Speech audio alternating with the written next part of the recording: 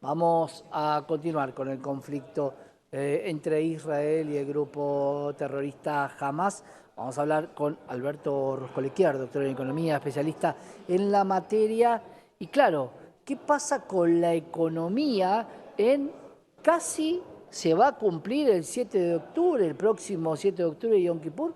Un año, Albert, del atentado que sufrió Israel en su frontera. Pero ¿qué pasó con la economía en un momento de tanta guerra, tanto gasto? Correcto, Santiago. La verdad que primero veamos un poquitito los guarismos que había en Israel económicamente y vamos a ver cómo se encuentra después de ese fatídico 7 de octubre del año 2023. Antes de la guerra, bueno, podemos decir que el año 2022, por ejemplo, Israel venía creciendo un 6,4% su PBI. El año 2021, un año antes todavía, un PBI que subió un 9,5%. El año 2023 venía creciendo también, pero la guerra sucede el 7 de octubre, el último trimestre, obviamente pasa este atentado terrorista que de alguna manera descalabra los números. Pero no obstante, Israel terminó el año 2023 con un crecimiento del PBI del 2%, la cosa sorprendente, Claro, y con una inflación del 3,7% anual. ¿Correcto? Veamos un poquitito que Israel tenía hasta el año fin de diciembre de 2023, el Banco Central tenía reservas, que la sigue siendo sólida, de 200.000 millones de dólares. Israel es una economía que tiene un PBI de 500.000 millones de euros, con una población de 9.700.000 aproximadamente de habitantes, lo cual le da más de 50.000 euros per cápita por habitante. No obstante, el año 2024, que es el año que estamos transitando, vemos que este año la inflación, aunque parezca mentira, pero es así, va a cerrar aproximadamente con un 3 anual, un poquitito menos que el año 2023. El PBI, de acuerdo a ciertas consultoras de diferentes países del mundo, establece que Israel va a crecer este año su PBI, claro, entre el 1,1 y 1,5%. Ahora bien, el costo de la guerra a Israel le implicó un piso de 50.000 millones de dólares, casi el 10% de su PBI. Y actualmente tiene un déficit fiscal del 7% anual. Veamos en consecuencia que Israel, la ventaja que tiene es una economía que tiene poco endeudamiento, porque el endeudamiento de ujú, Israel es apenas el 60% de su PBI, un guarismo muy, pero muy bajo, con muy buena calificación en los mercados crediticios. Y especialmente cuando vemos que Israel es una economía de Startup Nations, que se dice, de economía de altísima tecnología, vemos la economía de las empresas tecnológicas de Israel representan el 17% de su PBI, lo cual es una cifra enorme. Y a pesar de que la población económica activa de Israel está en 4 millones de personas, la población económica activa, las empresas de tecnología representan el 14% del empleo y representan las empresas tecnológicas el 50% de lo que Israel exporta. Pero el problema que wow. tiene prácticamente el desempleo no, es muy bajo. Primero porque la economía venía con un desarrollo muy poderoso antes del 7 de octubre. Y en segunda instancia, porque la guerra con el grupo terrorista Hamas implicó movilizar a 300.000 personas que estaban realizando actividades civiles que forman parte de ahora en este momento de la Fuerza de Defensa de Israel. Quiere decir que la fuerza de trabajo perdió 300.000 personas sobre 4 millones que era la población económica activa. Quiere decir que casi el 8% de la población activa está formando parte de la Fuerza de Defensa de Israel, con lo cual, por supuesto que el desempleo no es muy bajo, yo diría bajísimo, porque lo que falta es personas para que puedan realizar el trabajo, habida cuenta de que muchos sectores quedaron prácticamente sí, con muy poquita gente.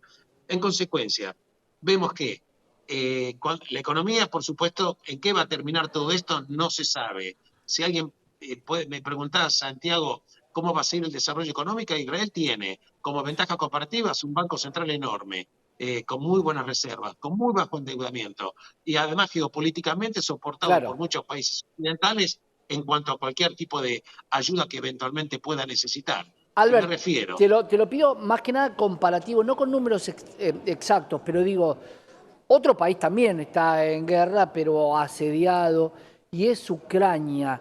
Más allá de que venía con una inercia de una economía diferente, son guerras diferentes, son guerras que paralizan en el caso de Ucrania.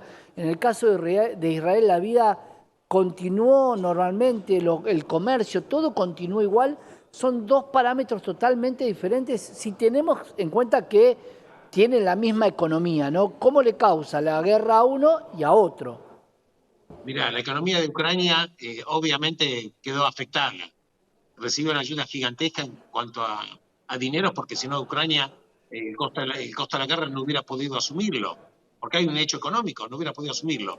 Así todo, Ucrania tiene una inflación que debe estar dando vueltas, sí, su momento se decía por un 15 o 17 o 18% anual, claro.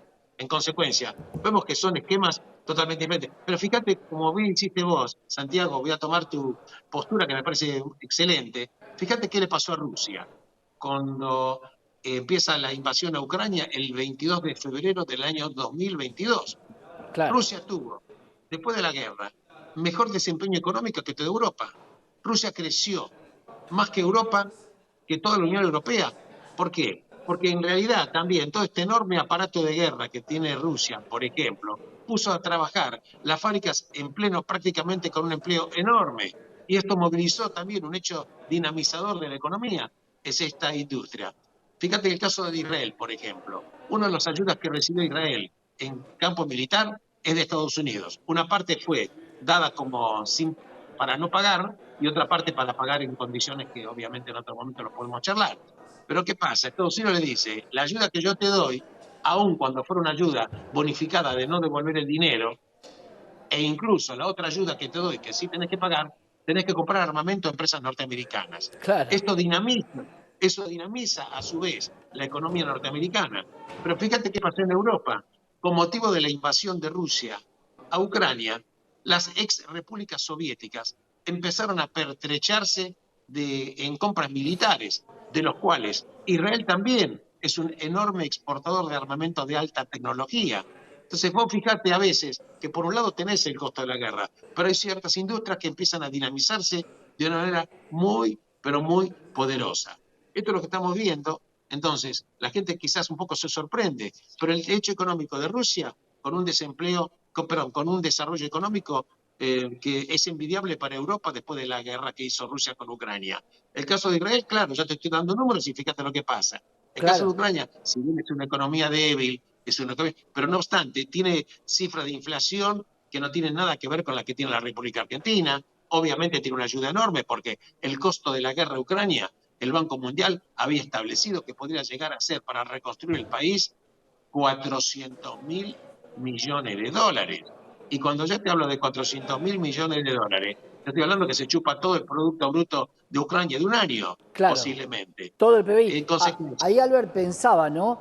Eh, cómo los países que entran en guerra, si están endeudados, van directamente a la quiebra. 10 puntos del PBI en el caso de Israel, imagínense cualquier país que ya está endeudado en 20, 30 o 40 puntos del PBI, sumarle un gasto por guerras. Por suerte, hace mucho tiempo que los países deudores no pueden ser invadidos por una cuestión de dinero, pero claro, hay que ver en qué momento se puede entrar en guerra, ¿no? En el mundo. correcto. Vos fíjate que aprovecho tu comentario que me parece muy bueno. Fíjate qué pasaba hasta el 7 de octubre en Israel. En el año 2023, Israel venía creciendo a una tasa de un 4%, quizás un poquito más. Pero el último trimestre, que la guerra fue el 7 de octubre, el ¿Mm? último trimestre, el aumento del déficit fiscal fue enorme y todo el Producto Bruto que venía creciendo más del 4% terminó en un 2%. Quiere decir que la guerra le implicó el 50% del crecimiento del PBI en el año 2023. Claro, Pero, es pero, pero sumamente con esto, importante, Albert. Vamos a seguir hablando de la economía de Israel y de lo que está pasando allí en otra oportunidad. Gracias, Albert, como siempre. Muchísimas gracias, te mando un abrazo enorme. Un gran abrazo, Alberto Rusco Lequier, doctor en Economía, pero además hablamos de la situación internacional y de los países que crecen a pesar de estar en guerra, y hay otros que se absorben muchos puntos del PBI